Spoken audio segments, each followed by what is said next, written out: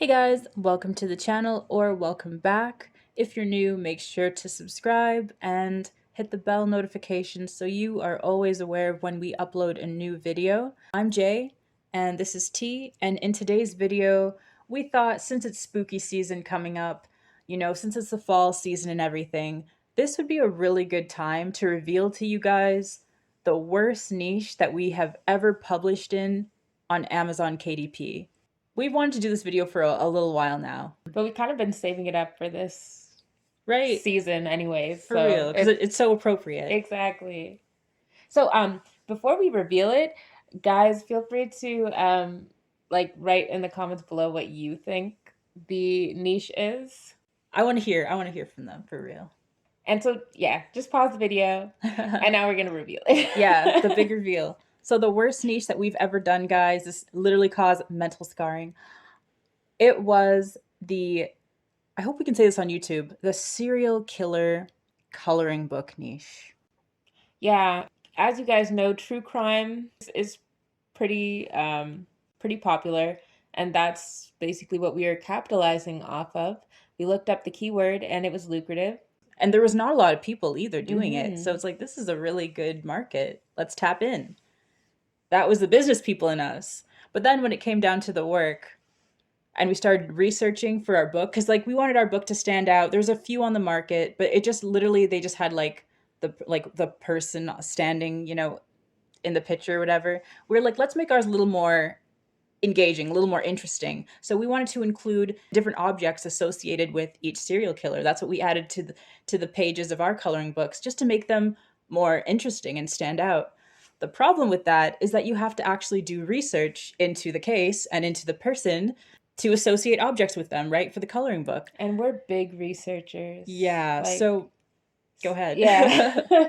So we went really in depth. We always try to do that for all of our projects, all of our products and stuff like that. We really go in depth with the research. And unfortunately, this was to our detriment. Yeah, we did a lot of reading. Yeah. Too much reading. And yeah, it was not only like disturbing, but it was a bit traumatizing. Yeah. Yep. I mean, we pulled through in the end. We finished our coloring book. We got it out on time for Halloween, which was great. And then we had still a few weeks to Halloween. So I was thinking, you know what would do really well? Like, and what would make us stand out further if we niched down into activity books, because there was literally none on the market. Because while we had, still a few people competing with us for the serial killer coloring book niche, like no one was doing activity books. Mm-hmm. So we were like, yo, what if we did like trivia and we did true and false and we did mazes and we could do like a bundle type of thing. We could even do Yeah. that. The problem was we would have to go through the material again to get all of the context for the activity book, and neither of us, by the end of it, neither of us wanted to. Yeah, we weren't up for it We're a just like, second time. right? It was like, Mm-mm. no, I'm not doing it. And I didn't know what that was. I thought it was mental fatigue. It actually is a real type of trauma that we went through, guys, and it's called vicarious trauma. And I only recently learned this word. That is what we experienced. It's what a lot of like firefighters, police officers, people who review cases, like heinous cases, like lawyers and stuff go through. Even actors, if they're playing certain roles that are really traumatic, even reading about this stuff, you can get vicarious trauma. Yeah, you can give it to yourself. Yeah, and so that's what happened to us. Yeah. I thought I had the stomach for it. I thought I had like not even just the stomach. I thought I had like the mental. I don't know. I thought I'd be okay because like our mom she's really big on true crime, America's Most Wanted, Dateline News, and all that stuff. So we thought like, oh, we can handle this genre. This is not going to be a problem. But when you have to read from like dozens of these people and like their cases and quotes from them, it's just And the victims' experiences and stuff like yeah, it gets to you. It catches up. yeah, that's a no. So in the end, it just wasn't worth it for us. No matter how, like, despite it being lucrative, we just decided no, it's not worth it.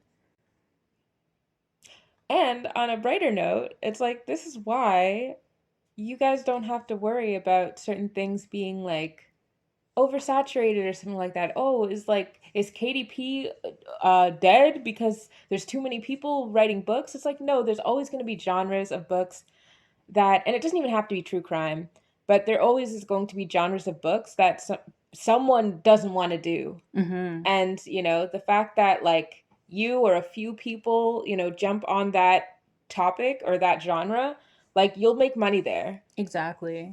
Like if you're not following the crowd and you hit on something that might be like, there's things like things that are taboo, things that, maybe just not everybody is interested in. It's like very niche. Of course, you have to make sure that they have like a fan base behind it. You don't want something that just only you even know about, but like there's a possibility to make money there. So think about that. Just don't, make sure it's something that you actually would be able to keep doing. Right? For real.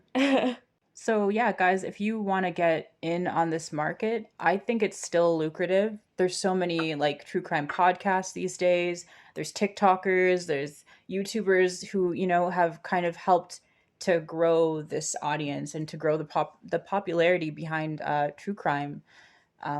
So it's definitely worth looking into, and you can always niche down. You can focus only on the women, if you want to, or you can focus on certain type or something. Yeah, just get creative if you have the stomach for this stuff. And I'm sure that you guys will see like really good results. Again, it's not something we'll touch in the future, but hopefully this video helped someone, give you guys some inspiration, or at least gave you a warning. Like there are certain things that it's like just because you can doesn't mean you should, and that's okay. You don't have to touch every genre. That's true.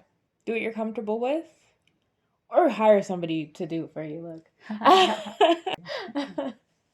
Guys, if you are new to KDP, like Amazon KDP Publishing, it's such a great business model to get into. It's very low cost. You can literally start with no money. We actually have a playlist on our channel where you can learn how to publish your first low content book. So check out that playlist.